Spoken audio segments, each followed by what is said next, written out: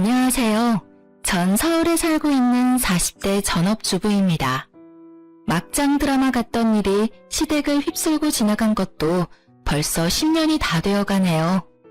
살면서 이런 일을 겪는 사람이 몇이나 될까 생각하며 살았는데 사연을 듣다 보니 생각보다 꽤 많은 사람이 삶에서 막장을 마주하고 있더라고요. 그래서 저도 용기를 내어 사연을 보내봅니다. 사건이 일어날 당시 남편과 전 결혼한 지 2년째 되는 부부였어요. 남편은 가정적일 뿐 아니라 저의 삶을 존중하는 사람이었어요. 오래된 회사 생활로 많이 지쳐있는 제게 남편은 큰 활력소가 되었죠. 남편은 번역 일을 하고 있었는데 프리랜서로 활동을 해 스케줄 조절이 얼마든지 가능했어요. 그런 남편이 집안일을 독차지해주며 전 다른 맞벌이 부부보다는 비교적 편하게 회사 생활을 할 수 있었습니다. 물론 맞벌이 부부보다는 수입은 적었지만 적게 벌면 적게 쓰면 되니 큰 문제가 되지 않았어요. 저흰 두 사람 다 좋아하는 일을 하고 있다는 것에 만족하며 살고 있는 평범한 부부였습니다. 삶의 만족도가 높은 편이다 보니 얼굴 붉히는 일도 거의 없었어요. 그런 저희 부부에게 문제가 있다면 역시나 시댁이겠죠. 정확히는 어머님과 저희 부부의 문제가 되겠네요. 남편의 친모는 남편이 어릴 때 돌아가셨고 지금 저희와 문제가 일어나는 어머님은 새엄마였어요.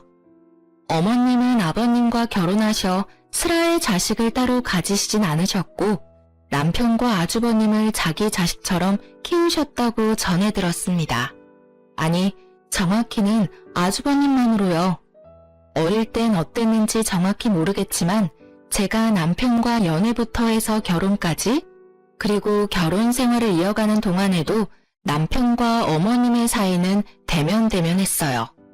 어머님도 남편에게 애정이 크지 않아 보였고 남편 역시 그런 어머님에게 살갑게 굴진 않았죠. 간단한 인사치레만 주고받는 두 사람과는 달리 아주버님과 어머님의 사이는 좀 더 모자 사이 같았어요. 일단 어머님의 행동이 남편을 대하는 행동과는 완전히 달랐는데 우선 호칭부터가 달랐죠. 남편에겐 그냥 이름만 부르는 대신 아주버님에겐 말끝마다 우리 아들을 붙이셨죠. 처음엔 그런 어머님의 차별을 보며 아주버님은 어머님이 재혼하시며 데리고 온 자식인가? 하는 생각도 했던 적이 있었어요. 하여튼 그런 차별을 받으니 남편도 어머님께 어느 순간부터 살갑게 대하기가 싫었다고 하더라고요. 어느 순간부터 어머님이 형만 예뻐한다는 느낌이 들었어. 그래서 그런지 나도 어머님한테 정붙이기가 힘들더라고. 그렇게 거리를 두다 보니까 나중엔 꼭 해야 하는 말 아니면 대화도 없었지. 혹시 당신이 어릴 때 큰 사고라도 친 거 아니야? 뭐 나쁜 친구들이랑 어울려 친구들 괴롭히는 건 물론이고 막 가출까지 하는 비행 청소년? 아, 방금 상상했는데 웃겼어. 하여튼 그래서 어머님이 당신한테 두 손 두 발 다 들고 포기하신 거 아니야? 그렇지 않고서야 두 아들을 그렇게까지 다르게 대할 이유가 없잖아. 아니야, 난 모범생에 가까웠다고. 어린 마음에 어머니한테 칭찬 한번 듣고 싶어서 공부를 얼마나 열심히 했는지 당신은 모를 거야. 그렇게까지 해도 칭찬 한마디 들어본 적이 없었어. 사고 친 건 오히려 형이었지. 고2 때까지 주변 학교 돌면서 도장 깨기까지 하고 다녔다니까. 뉴스에 나오는 그런 왕따나 학교 폭력 이런 사고는 안 쳤는데 싸움질은 그렇게 하고 돌아다녔어. 그나마 고3 때부터 무슨 바람이 불었는지 갑자기 정신 차리고 공부만 하기 시작해서 지금 평범하게 회사 다니면서 사람 꼴로 사는 거지. 아니었으면 아마 뉴스에 나오지 않았을까? 하여튼 그렇게 싸우고 다녀도 어머니는 형만 예뻐하셨었어. 들으면 들을수록 어머님의 행동이 이상했지만 나름 어머님만의 말 못할 이유가 있겠지 했어요. 그 말 못할 이유가 제 생각과는 달라도 너무 다른 장르여서 충격적이긴 했지만요. 어머님과 남편의 사이가 이렇다 보니 당연히 저에게도 큰 관심이 없으시겠지 하고 생각했어요. 하지만 현실은 오히려 그 반대더라고요. 어머님은 남편에게 받지 못한 효도를 저에게만큼은 받고 싶으신 건지 저를 들들 볶기 시작하셨어요. 예, 한 집안의 며느리가 됐으면 집안 어른들께 아침 저녁으로 인사차 전화라도 해야 하는 거 아니니? 내가 아침 저녁으로 얼굴 비추라는 것도 아니고 너 편하라고 전화로 대신해준다는데 그게 뭐가 그렇게 힘이 든다고 전화 한 통이 없는 거니? 꼭 이 다 늙은 노인네가 너한테 전화해서 이런 소리까지 해야 하나 이 말이다. 아침 저녁으로요? 그래, 왜? 싫으냐? 넌 밤새 노인네들이 무사한지 궁금하지도 않은 게야? 밤새 일이 있어봤자 얼마나 큰일이 있다고. 아니, 어머님 말씀이 100번 옳다고 해도 시댁엔 어머님의 관심과 사랑을 독차지하고 있는 아주버님도 계시는데 제가 굳이 아침 저녁으로 연락을 해야 하나요? 전 고민할 필요도 없는 고민을 하느라 대답할 타이밍을 놓쳤고 어머님은 재빠르게 다음 요구사항을 내놓고 계셨죠. 그리고 집에는 왜 이렇게 안 오는 게야?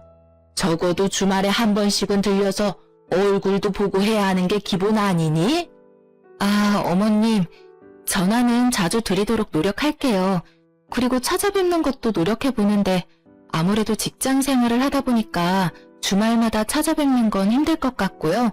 힘 닿는 대로 자주 찾아뵙도록 할게요. 이거 봐라. 결국 내 뜻은 다 무시하고 네 뜻대로 다 하겠다고 하는구나. 어쩌다 이런 고집 센 것이 며느리로 들어와서는. 고집이 아니라요, 어머님. 지키지 못할 약속은 하고 싶지 않아서 그래요. 말로만 네 알겠어요, 어머님 하고서 못 지키게 되면 그게 더 어머님 마음을 상하게 만들 수 있다고 생각하니까요. 그러니까 너무 섭섭하게만 들으시지 마시고 제 상황도 좀 이해해 주세요. 아유, 요새 며느리들 무섭다고 하더니 널 보면 진짜 그 말 틀린 것이 하나 없구나. 어찌 시어미 말에 단 한마디도 지는 법이 없니?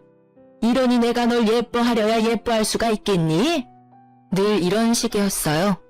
과한 요구를 하시면서도 전혀 과하다고 느끼시지 않는 어머님과 곧 죽어도 빈말은 하지 않는 저. 그야말로 칼과 방패의 싸움과도 같았어요. 하지만 그런 저도 며느리였고 계속 무시하기엔 곤란한 상황인 것도 분명했죠. 그래서 전 남편을 어르고 달래 한 달에 한 번 정도 시댁으로 향했어요. 이런 저희 부부가 어머님의 마음에 들 리가 없었고 그렇게 저희 부부와 어머님은 얼굴 붉히는 일이 많아졌습니다. 어머님은 남편을 혼낼 수 없으니 저에게 이상한 꼬투리를 잡으시며 저를 혼내기 일쑤였고 그런 모습을 지켜만 보고 있을 리 없는 남편은 제 방패막이가 되어 어머님과 거침없이 맞서고 남편의 행동에 마음이 상할 대로 상해버린 어머님은 절 또 괴롭히셨죠. 그렇게 반복되는 상황은 정말이지 지겹고도 최악이었죠. 그러던 어느 날 저에겐 한 줄기 빛과도 같은 소식이 전해졌습니다.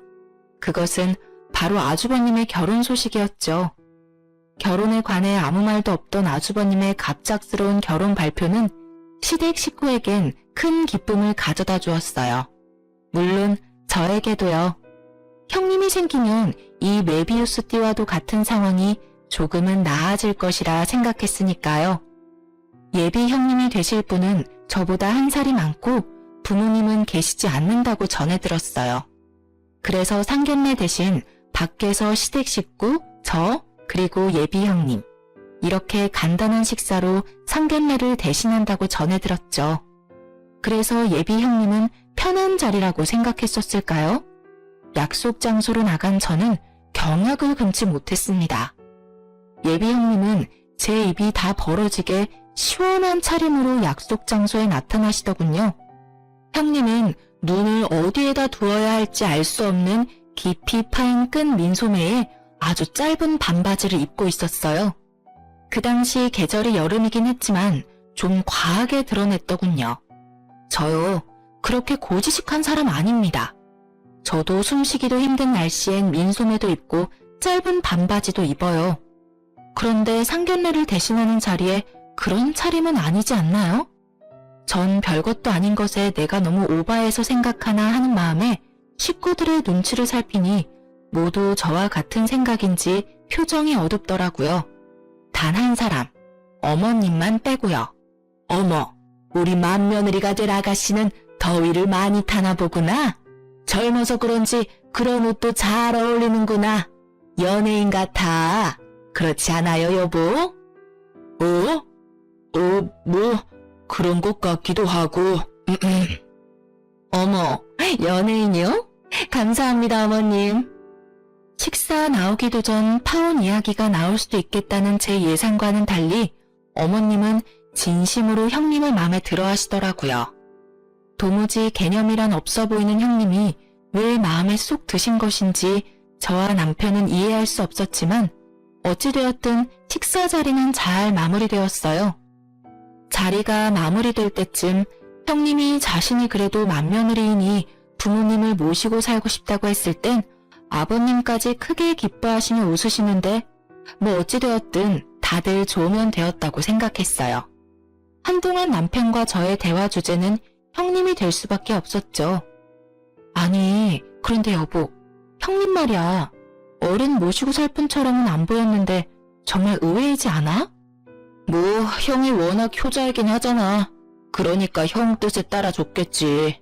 그래도 시부모 모시고 사는 게 쉬운 결정은 아니었을 텐데 의외긴 해.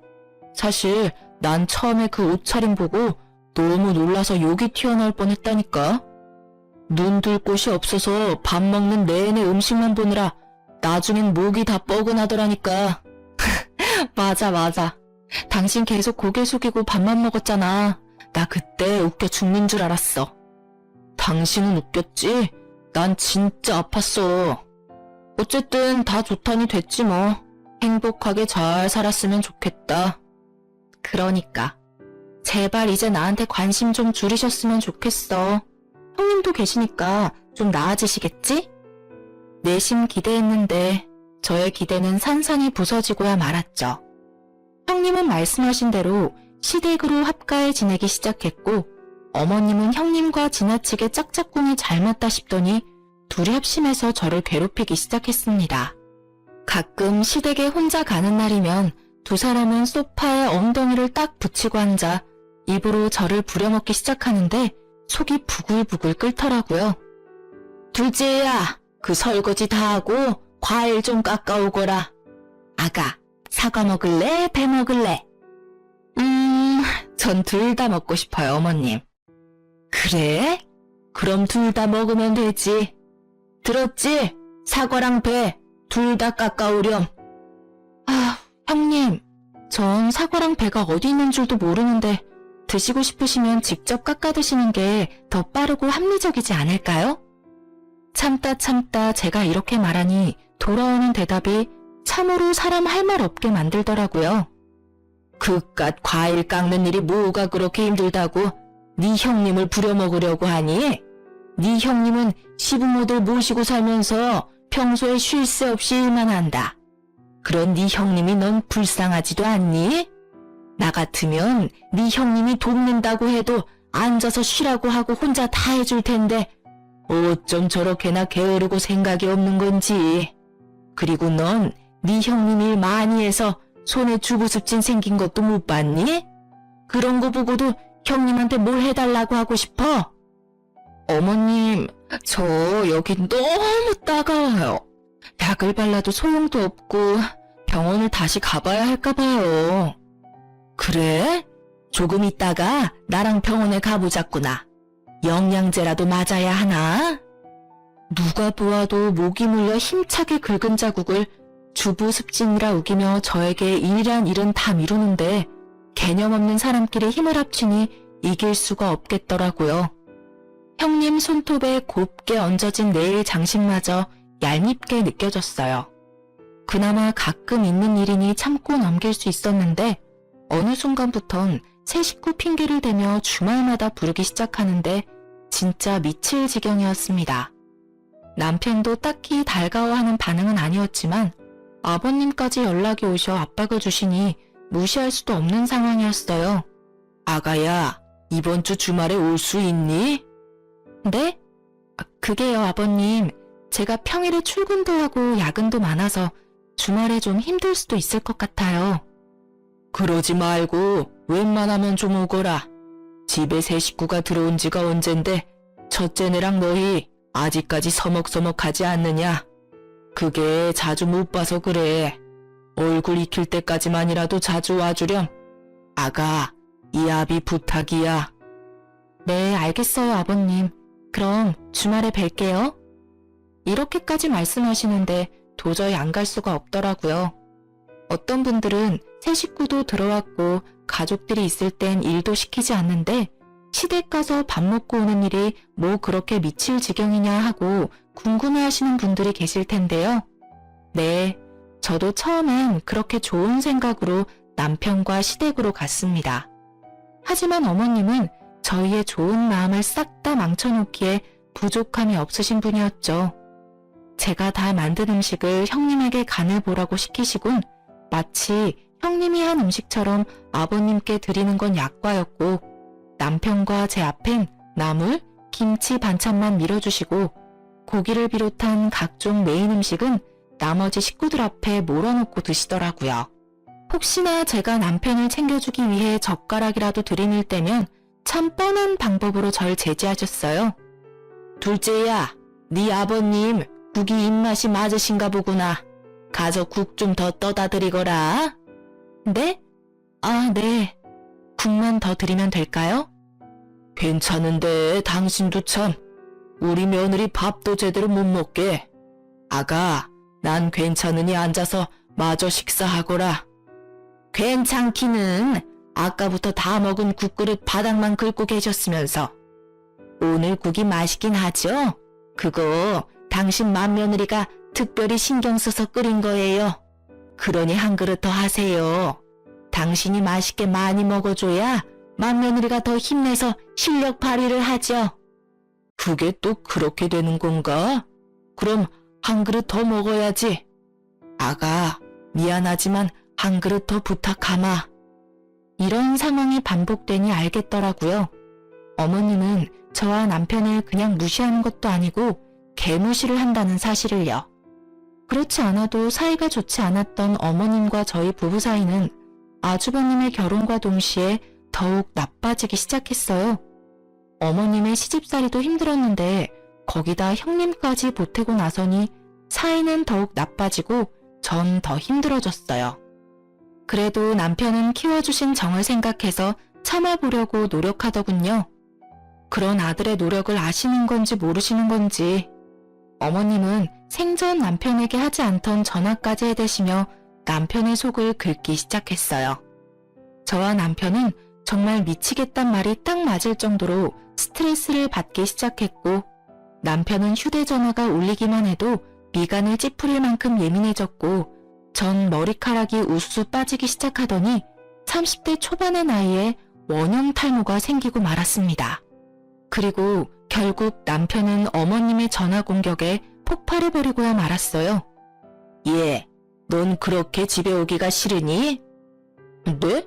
다짜고짜 전화하셔서 그게 무슨 말씀이세요? 무슨 말씀? 진짜 몰라서 묻는 게야? 너 어쩌다 집에라도 오는 날이면 도살장 끌려오는 소새끼 마냥 인상은 잔뜩 찌푸려서는 말도 한마디 하지 않고 묻는 말에 대답이나 하다 가지 않니? 그렇게 오기 싫었으면 오지를 말든가. 이왕 왔으면 네 형처럼 살갑게 좀 굴다가 갈 순 없는 거니? 요즘 심심하세요? 뭐? 요즘 심심하시냐고요. 그렇지 않고서야 왜 갑자기 제 표정에 관심을 다 보이세요? 이때껏 제가 울든 웃든 관심도 없으셨잖아요. 그리고 살갑게라는 단어를 입에 올리실 거면 최소한 먹는 거로 차별은 하지 마시고 그 단어를 사용하셔야 하지 않을까요? 저랑 집사람 앞에는 풀떼기만 가득하고 어머니께서 생각하신 어머니 식구들 앞엔 그야말로 진수성찬. 그런 꼴을 당하는데 어머니 같으면 웃음이 나오나요? 그 밥상 엎어버리고 싶은 거 어머니가 아끼는 그 세 식구 때문에 겨우 참아드린 줄이나 아세요. 너 지금 밥상을 엎어버린다고 했니? 엄마한테 그게 할 말이야? 내가 아무리 네 친엄마가 아니라지만 내가 널 끼고 키운 게 몇십 년인데 어떻게 그런 말을 아무렇지도 않게 할 수가 있니? 내가 이런 꼴이나 보려고 널 지극정성을 다해 키운 줄 아니? 지극정성이라 어머니께서 알고 계시는 지극정성과 제가 알고 있는 지극정성이 참 많이 다른가 보네요. 제가 아는 지극정성이란 어머니께서 형한테 쏟은 그 정성을 보고 지극정성이라고 하는 거고요. 저한텐 그냥 방치했다는 말이 더 어울리진 않을까 싶은데요. 너 참 말을 이상하게 하는구나. 아주 이상한 오해를 하고 있는 것 같아서 하는 말인데 난 누가 뭐래도 너희 형제 차별 없이 똑같은 마음으로 똑같이 사랑하며 키웠다. 너희 둘 다 내가 낳진 않았지만 마음으로 낳은 자식인 건 같은데 내가 왜 두 아들을 차별두며 키우겠어? 그러니까요. 저도 그게 참 이해가 되지 않긴 한데 어머니는 그 이해되지 않는 행동을 참 꾸준히 하시더라고요. 이참에 도대체 왜 그렇게 저한텐 모질게 대하셨는지 이유라도 떠오르시면 꼭 이야기해 주시고요. 끊기 전에 마지막으로 한 말씀만 드릴게요. 저요, 어머니께서 저한테 차별하시든 무관심을 주시든 아무 상관없거든요. 그런데 제 집사람한테도 그런 식으로 대하는 거 저 못 참습니다. 그런 취급이나 받으라고 저한테 시집 오라고 한 거 아니고요. 그런 취급 받을 사람도 아니고요. 그러니까 한 번만 더 형수님이랑 집사람 차별해서 대하시면 저 다신 그 집 안 갈 거니까 그런 줄 아시고 들어가세요. 이만 끊겠습니다. 남편은 언성을 높이며 폭발해버렸고 전 그런 남편이 참 고맙고 멋있으면서도 불안했어요. 남편에게 한 소리를 들은 어머님이 절대 그냥 넘어가실 리가 없기 때문이었죠. 아니나 다를까 말을 어떻게 전하신 건지 크게 화가 나신 아버님께서 전화하셨고 그날 남편은 아버님과도 언성을 높이고야 말았습니다. 도대체 무슨 말을 했길래 네 엄마가 저렇게 서럽게 울어? 다 들으셨으면서 뭘 또 물으세요? 다 들었더라도 네 상황은 또 다를 수도 있는 거 아니냐? 그러니 말해봐. 도대체 네 엄마랑 왜 그렇게 싸웠는지 말이다. 이때껏 잘 참던 네가 이번엔 참지 않은 데엔 그럴 만한 이유가 있을 거 아니냐? 제가 말씀드리면 믿기는 하실 거예요? 아버진 늘 제가 무슨 말을 해도 어머니 편이셨잖아요. 네가 나이가 몇 살인데 네 편 내 편을 따지는 게야? 제가 오죽하면 이 나이 먹고 편을 따지겠어요. 하긴 이런 생각은 애초에 하시는 분이 아닌데 제가 괜한 어리광을 부렸네요. 그런데요 아버지, 제가 처음부터 이랬을까요? 그리고 처음부터 참기만 했을까요? 저도요, 말도 해보고 때도 써보고 울기도 해봤는데 아무도 제 이야기는 들으려고 하지도 않으시니까 입을 닫았던 거예요. 그러다 보니 지금 같은 순간에도 하고 싶은 말이 없는 거고요. 아휴, 이 녀석아, 나도 다 알고 있다. 네 엄마가 너보다 네 형에게 더 관심을 쏟고 있는 거. 그건 너도 알다시피 네 형이 장남이기도 하고 워낙 살갑게 구니 그런 것이 아니냐. 그러니 너도 지금부터라도 네 엄마한테 마음을 좀 열고 살갑게 굴면 얼마나 좋아. 또 제 잘못이죠. 어머니는 저한테 마음을 활짝 열고 잘 대해주시는데 제가 마음이 꼬일 대로 꼬여버려서 어머니한테 배은망덕하게 굴고 있었네요. 죄송합니다. 어머니께도 둘째 아들이 죄송하게 생각한다고 전해주세요. 그리고 한동안은 찾아뵙지 못할 것 같습니다. 어머님도 저 보고 싶지 않으실 것 같고요. 뭐야? 지금 부모랑 인연이라도 끊겠다는 그 말인 거야? 그런 뜻으로 드린 말씀은 아닌데 그러고 싶으시다면 그래도 상관은 없어요. 그럼 바빠서 이만 끊겠습니다. 똑 닮은 부자의 한 치의 양보도 없는 전쟁은 결국 이렇게 끝이 나고야 말았어요. 하루에 부모님과 다 싸워버린 남편은 여러모로 마음이 허한지 제 품에 와서 안기더라고요. 전 그런 남편을 꼭 안아주었습니다. 피도 한 방울 섞이지 않은 아들 둘을 마음으로 품어준 아내를 탓할 수도, 그렇다고 상처받은 마음을 뿜어내는 아들을 탓할 수도 없는 아버님의 심정도 이해하지 못하는 건 아니었지만 참 그날은 아버님이 원망스럽더군요. 제 품에 안긴 남편은 이윽고 눈물을 흘렸고 그날 밤 저희는 함께 한참을 울었어요. 어머님도 어머님이지만 아버님과도 감정의 골이 꽤 깊더라고요. 전 그냥 두고만 보고 있을 수가 없었어요. 날이 밝아올 때까지 깊은 한숨만 쉬던 남편은 해가 중천에 뜨고 나서야 깊은 잠에 빠져들었고, 잠이 든 남편을 확인하고서 전 시댁으로 향했어요. 아버님이든 어머님이든 누구라도 상관없으니 대화가 필요하다고 생각했으니까요. 전 그렇게 누구라도 있겠지 하는 마음으로 시댁으로 향했고, 시댁 대문이 보이는 순간 어머님과 형님이 다정하게 팔짱까지 끼고 나오시더라고요. 그런데 왜 그랬을까요? 다정한 두 사람을 보는데 준비했던 말들이 한 글자도 생각이 안 나더군요.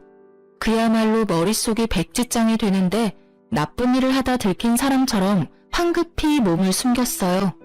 그 상태로 마주했다간 두 사람의 맹공격에 어버버하고 당하기만 할 것 같았거든요.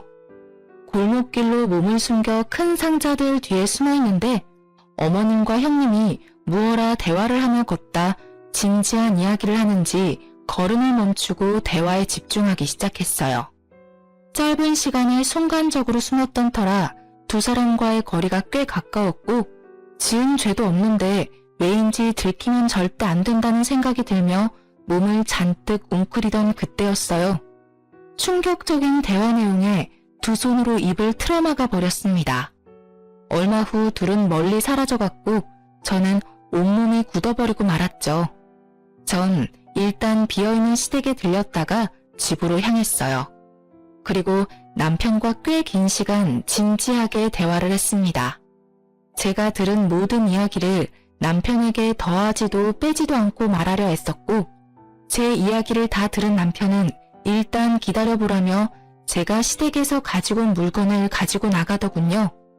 그렇게 시간은 흘러 주말이 되었습니다. 남편은 잔뜩 굳은 얼굴로 말하더라고요. 옷 입어, 나가자. 전 드디어 그날이 왔구나 했습니다. 남편은 외출 채비를 마친 저를 데리고 시댁으로 향했어요. 시댁엔 연휴 주말과 다름없이 온 가족이 다 모여 있었죠. 다른 것이 있다면 굳은 표정의 아버님과 그런 아버님의 눈치를 살피는 아주버님이었어요. 어머님과 형님은 이런 무거운 분위기 속에서도 뭐가 그리도 좋은지 봄날에 머리에 꽃 하나 꽂은 미친 여자들처럼 하하호호 신나 있더라고요. 한 치 앞도 보지 못하는 그 해맑음에 절로 혀끝이 차지더군요. 저희 부부가 집 안으로 들어서자 아버님은 가족 모두를 한자리로 모았고, 그제야 저희를 발견한 어머님과 형님은 입을 삐죽이며 저희 맞은편에 앉았어요. 왔구나. 앉거라. 다들 여기 모여봐. 쟤들은 또 왜 왔대요? 당신이 불렀어요? 나 아직 둘째네 보고 싶지 않다고 했잖아요. 당신이 아무리 이런 자리 만들어도 내 마음 풀리지 않는다고요. 둘째 제가 나한테 어떻게 했는지 다 말했잖아요. 어머님은 불만 가득한 목소리로 따지듯이 아버님을 향해 쏘아붙였고, 아버님은 더는 참을 수 없다는 듯 주먹으로 바닥을 내리치시며 말씀하셨어요. 그만! 그 입 좀 다물어. 분위기 파악이 그렇게나 안 되는 거야? 아니 여보, 왜 그래요? 무슨 일이 있어요? 그러게요 아버님, 무서워요. 너도 그 입 다물거라. 지금은 두 사람 목소리조차도 듣고 싶지 않으니. 화를 꾸역꾸역 참고 계시는 아버님은 남편을 바라보셨고, 그런 아버님의 눈빛을 읽은 남편은 아까부터 품에 꼭 끼고 있던 서류 봉투를 내밀었습니다. 그 서류 봉투엔 유전자 정보 연구라고 적혀 있었고, 서류 봉투를 유심히 보던 어머님과 형님은 얼굴이 새파랗게 질려가기 시작했어요. 그래요. 제가 두 사람을 피해 박스 뒤로 몸을 숨긴 날, 제가 들은 충격적인 대화는 이러했습니다. 그러면 그 방해꾼은 이제 완전 나가리 된 거야, 엄마? 그게 그렇게 쉬운 줄 알아? 보채지 말고 기다려. 뭐든 다 순서가 있는 거야. 그래도 이제 거의 다 왔으니까 우리 딸은 즐길 준비나 해. 생각만 해도 너무 좋아. 그 진드기 같은 둘째만 몰아내면 이 집 재산이 다 내 것이 될 수 있다니. 처음에 엄마가 볼 거 하나 없는 남자에다가 엄마 아들이란 남자랑 결혼하라고 했을 땐, 아, 우리 엄마가 아주 아프구나 했는데, 역시 우리 엄마는 더 큰 그림을 그리고 있었어. 대단하고 존경해, 엄마. 내가 생떼 같은 내 새끼인 너 떼놓고 남의 자식을 20년을 넘게 키웠는데 나한텐 땡전 한 푼 안 주고 자기 자식들 앞으로 다 물려준다니 그 꼴은 내가 못 보지. 남매끼리 결혼시킨 꼴이라 그게 좀 그렇긴 하지만 뭐 어떠니? 엄연히 피 한 방울 섞이지 않은 남인데. 어쨌든 넌 네 동서나 더 괴롭혀. 더 힘들게 하란 말이야. 이렇게 된 이상 둘째네한테 한 푼도 흘러가게 둘 수는 없지. 어떻게 해서든 둘째네랑 인연을 끊게 만들어서 네 남편이 이 집 재산 다 물려받게 만들어야 한다고. 알겠어? 그럼 나만 믿어. 나도 엄마 그렇게 집 나가고 아빠도 일찍 죽어버리고 고아로 산 지난 세월 제대로 보상받아야 하겠으니까. 고아는 무슨? 엄마가 몸만 여기 있었다 뿐이지 야금야금 너한테 해준 돈도 꽤 될 텐데. 그땐 그 돈이 엄청 많아 보였는데 이 집에 들어와 보니 푼돈이더라고. 나 무슨 일이 있어도 이 집 재산 다 차지하고 말 거야. 당연하지. 둘째랑 영 끊고 나면 그 재산 누구한테 다 가겠니? 당연히 장남인 네 남편한테 다 가지. 넌 그냥 그 돈으로 평생 떵떵거리면서 살아. 어휴, 이런 당연한 소리 그만하고 밥이나 먹으러 가자. 그 노인네 오늘 일찍 들어온다고 했어. 빨리 갔다 와서 또 밥 차려야지. 나이도 많은 노인네가 쓸데없이 입맛만 좋아서는 무슨 밥을 그렇게 먹니? 아주 귀찮아 죽겠어. 운은 얼마나 좋은지 그 흔한 교통사고도 안 난다니까. 하여튼 그 노인네 명줄도 길어. 그날의 충격이 아직도 잊히지 않네요. 네, 맞습니다. 형님은 어머님이 첫 번째 이혼을 할 당시 데리고 오지 않은 딸이었습니다. 딸의 남은 가족이었던 전 남편이 죽자 어머님은 남몰래 시댁의 재산을 빼돌려 딸을 돕고 있었던 겁니다. 뭐 그것까지 어떻게 욕을 하겠어요. 하나뿐인 딸이 고아가 되어 이 험한 세상을 혼자 힘들게 살게 생겼는데 엄이라는 사람이 혼자 호의호식하면서 살 순 없었을 그 마음 전혀 이해가 되지 않는 것은 아니었어요. 하지만 아버님이 자기 자식에게 물려주실 재산이 탐나 부모 자식 간의 연을 끊어놓다뇨. 하물며 가족들을 속이고 어머님의 친딸을 며느리로 끌어들이다뇨. 상식이 통하지 않는 사람인 건 알았지만 정말 제가 생각했던 것보다 더욱 상식이 없는 사람이더라고요.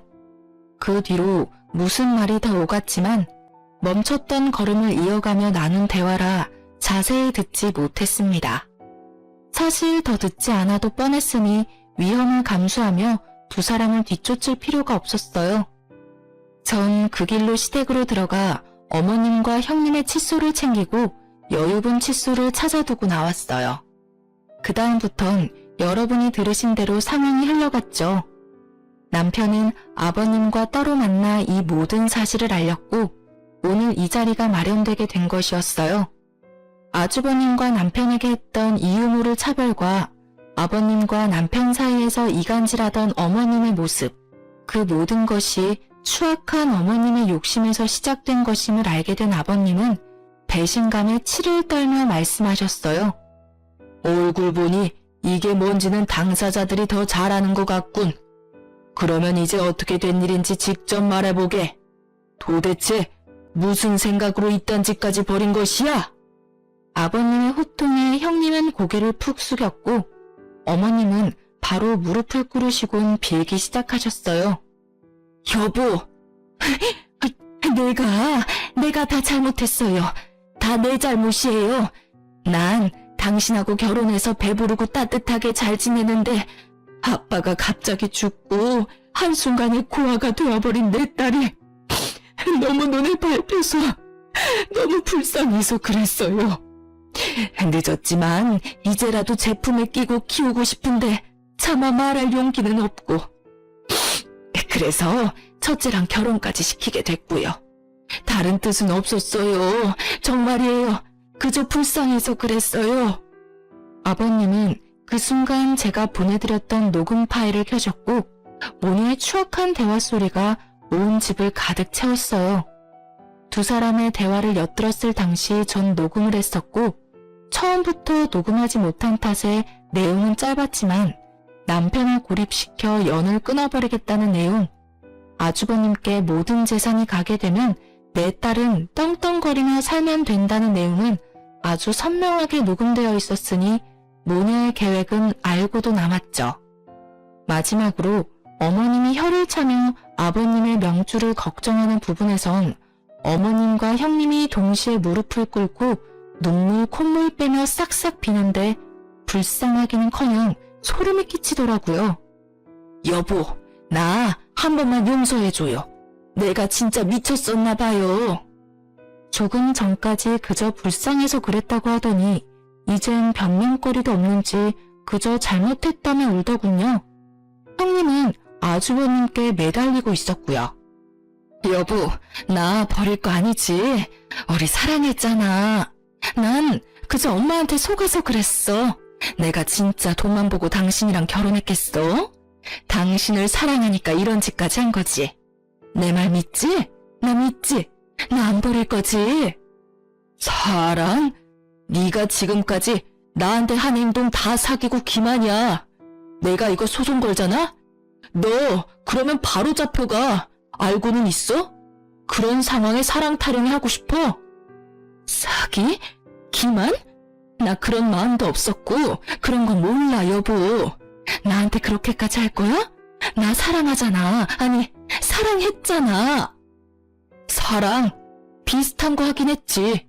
근데 지금은 전혀 아니고 지금은 그냥 내 눈앞에서 널 치우고 싶은 마음뿐이야. 그리고 소송 같은 건 안 할 거니까 그 대신 내 눈앞에 다신 네 머리카락 한 올이라도 보일 생각조차 하지 마.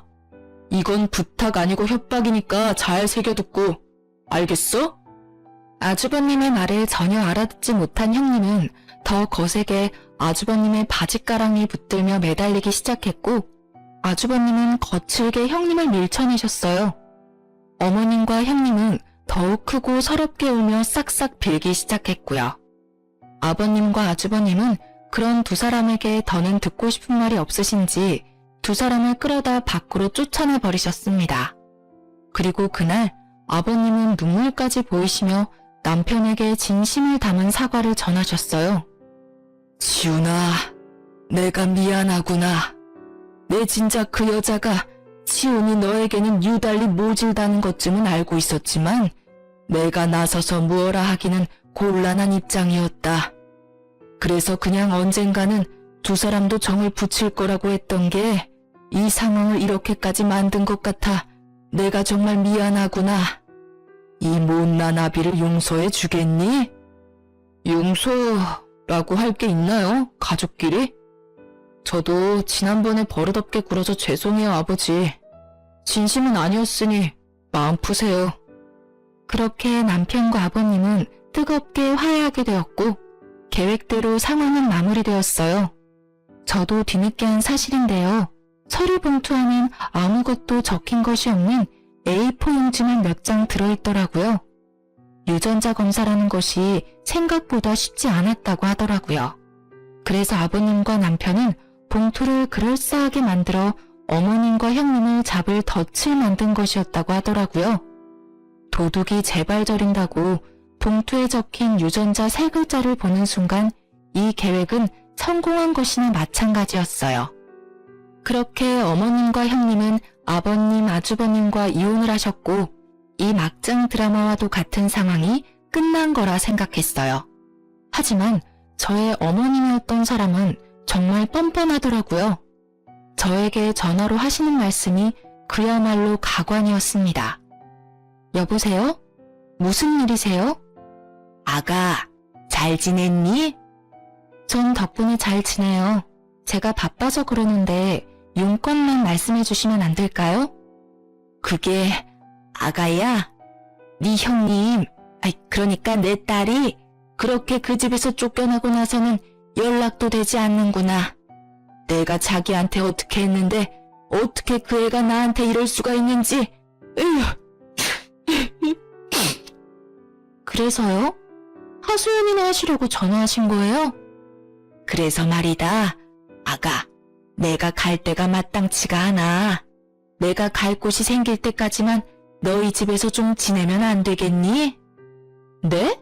뭐라고요? 지금 저희 집에서 사시겠다는 이 말씀이세요? 그래, 그동안의 정이란 게 있지 않니? 그래도 내가 네 남편을 무려 20년 넘는 세월을 키운 사람인데 그 정도는 해줄 수 있는 거 아니니? 내가 평생 같이 살자고 하는 것도 아니고 나도 그 정도 양심은 있단다. 그저 갈 곳이 정해질 동안만 신세 좀 지자꾸나. 순간 이 여자가 드디어 정신줄을 놓고 미쳐버렸다는 생각이 들더군요. 그렇지 않고서야 어떻게 이런 말을 이토록 뻔뻔하게도 할 수가 있는지 전 도대체 이해되지 않았으니까요. 저는 터져나오는 실수를 참지 않고 말했어요. 어머님, 아니 아줌마 잘 들어요? 제가 아줌마 딸도 아니고 며느리도 아닌데 왜 아줌마를 제가 모셔야 하죠? 잊고 계시는가 본데 우리 엄연한 남이에요. 참 뻔뻔하시기도 하네요. 그이한테 아줌마가 어떤 행동을 했는지 잊으셨어요? 재산에 눈멀어서 가족 간의 영까지 끊어놓으시려고 했다고요. 그렇게까지 하셔놓고 오갈 곳 없으니 저희 집으로 오시겠다고요? 꿈도 참 야무지네요. 그리고 아버님이 돈 좀 드린 걸로 아는데 그 돈은 어떡하시고 이러시는데요? 많진 않아도 그 돈으로 사실 곳 정도는 충분히 얻으실 텐데요. 아줌마, 너 지금 말 다 했니? 내가 너 이러니까 예뻐할 수가 없었던 게야. 그리고 다 지난 얘기 지금 다시 끄집어낸다고 달라지는 게 있니? 넌 어쩜 애가 한결같이 독하니? 나 같으면 이런 처지가 된 내가 불쌍해서 먼저 나서서 모신다고 했을 텐데 넌 모신다고 하기는커녕 뭐? 아줌마? 네, 아줌마. 그래요. 저 독하고 못돼 먹어서 아줌마하고 더는 할 말 없으니까 아버님이 드린 돈으로 원룸을 얻어 사시든 찜질방을 가시든 알아서 하시고 다신 연락하지 마세요. 원룸? 찜질방? 너 진짜 나한테 이렇게까지 할 거니? 내가 이 나이 먹고 원룸이나 찜질방에 가서 어떻게 살아? 왜 못 살아요? 길거리에서 사시는 분들도 계세요. 그분들에 비하면 나쁜 처지는 절대 아니실 텐데요. 그리고 앞으로는 저한테나 남편한테나 연락하지 마세요. 한 번만 더 연락하시면 아버님께 다 말씀드려서 쥐고 계시는 그 돈 다 뺏어올 테니 그런 줄 아세요. 그렇게 저에게 대차게 까인 전시모는 폭이란 모르는 사람이었고 아주버님께도 연락을 하셨다고 해요. 용건은 뻔했죠. 아주버님께 집을 구해달라고 했다고 하더라고요. 자신은 원룸이나 찜질방에선 죽어도 살 순 없으니 지난 20년간 키워준 값으로 40평대 아파트를 사달라고 했다고요. 40평대 아파트가 누구 집 개 이름도 아니고 참 대단하긴 대단하신 분이라 했네요. 그 뻔뻔한 요구를 들은 아주버님은 아무런 대답도 하지 않고 전화를 끊어버렸다고 합니다. 대답할 가치를 못 느꼈다고 하더라고요. 그리고는 바로 아버님께 모든 사실을 알렸고 아버님은 전 시모에게 연락을 해 다시 이런 연락을 한다면 그나마 줬던 돈을 다 뺏겠다고 단단히 못 박았다고 합니다. 그 이후로 또 연락이 왔냐고요? 아니요. 그 돈이라도 챙겨야 했던 전 시모는 아예 잠적을 해버렸거든요. 혹시나 싶었는지 번호도 바꿔버리시고요. 잠적한 또 다른 한 사람, 바로 전 시모의 딸. 그 여자의 소식은 의외의 장소에서 전해 들을 수 있었어요. 친구 중 물류센터 직원인 친구가 있는데 그 친구가 전화가 왔더라고요. 네 형님이었던 사람 이름이 박은주 맞아? 박은주 맞아. 네가 그걸 어떻게 알아? 아니 요즘 쿠팡에 일용직 알바 오는 여자가 있는데 낯이 이상하게 익잖아. 그래서 생각해보니까 글쎄 네 형님인 것 같은 거야. 아니 왜 한동안 네 카톡 사진 너희 가족 사진이어서 내가 자주 봤었잖냐. 박은주 맞네 맞아. 그 여자 여기에 와서 일하고 있어 일용직으로. 어머 진짜니? 그렇지 않아도 도대체 어디서 뭘 하고 사나 싶었는데 거기에서 일하고 있었네. 일하는 것도 아니지. 성실하지도 않은 사람이 일까지 못해서 일손 부족해서 진짜 급한 날 아니면 일하러 오지도 못해. 일용직도 사람 가려가면서 받아 얘. 그 여자 하는 꼴 보니까 모르긴 몰라도 밥 빌어먹고 살긴 참 힘들겠더라. 몸 쓰는 일은 몸 써야 돼서 싫고 머리 쓰는 일은 머리 아파서 싫고 내가 여기 있으면서 여러 사람을 만나봤는데 그 여자 캐릭터도 보통 아니더라니까. 여러모로 잘 이혼하셨어. 네 남편 형. 아주 집안 말아먹을 사람이더라니까. 그래서 요즘은 안 와? 안 오는 게 아니라 정확히는 못 오는 거지. 뭐 어제는 급해서 부르긴 했는데 하는 꼴 보니 한동안은 또 못 올 것 같더라. 자긴 계속 일하고 싶다고 신청은 하는데 이딴 식으로 하면 다신 못 올 가능성이 높다고 봐야지. 평생 일용직이나 기웃기웃할 게 뻔하다 뻔해. 아니지. 일용직도 힘들 수도 있겠다. 일만 못하는 게 아니라 사람들이랑 잘 어울리지도 못하더라고. 그렇게 싸워. 그냥 막 싸워. 여기저기 시비도 잘 걸고 시비도 잘 걸리고. 하여튼 또 그 여자 일하러 오면 또 말해줄게. 친구 말을 들어보니 아직 정신 차리려면 멀었다고 생각했네요. 그래도 언젠가는 인생 살아는 게 쉽지 않다는 걸 좀 깨달았으면 하네요. 그런 날이 과연 올 줄은 모르겠지만요. 이렇게 드라마 같은 시댁 사건도 끝이 났습니다. 막장 드라마를 보며 저런 일이 일상에서 일어날 수 있는 걸까 하고 생각했었는데 생각보다 다양한 사람들이 가까운 곳에 살고 있더라고요. 막장은 결코 먼 곳에 있는 것이 아니었어요. 저희는 행복하게 잘 살아가고 있어요. 아주버님은 그 사건 이후 이제 결혼 생각은 없다며 아버님께 물려받은 회사에 몰두하고 계세요. 아버님이 계실 때보다 매출이 오르는 것을 보면 아주버님 능력이 대단하시긴 한가 보더라고요. 아, 참고로 남편에게도 회사로 들어오시길 권하셨지만 남편이 단칼에 거절했어요. 남편은 회사에 관심도 능력도 없다며 확실히 못 박았죠. 아버님은 그런 남편을 많이 아쉬워하시며 지금 살고 있는 저희 집과 시골의 땅을 좀 주셨어요. 그렇게 대충 재산 정리를 하신 아버님은 요즘 저희보다 더 바쁘신 삶을 지내고 계세요.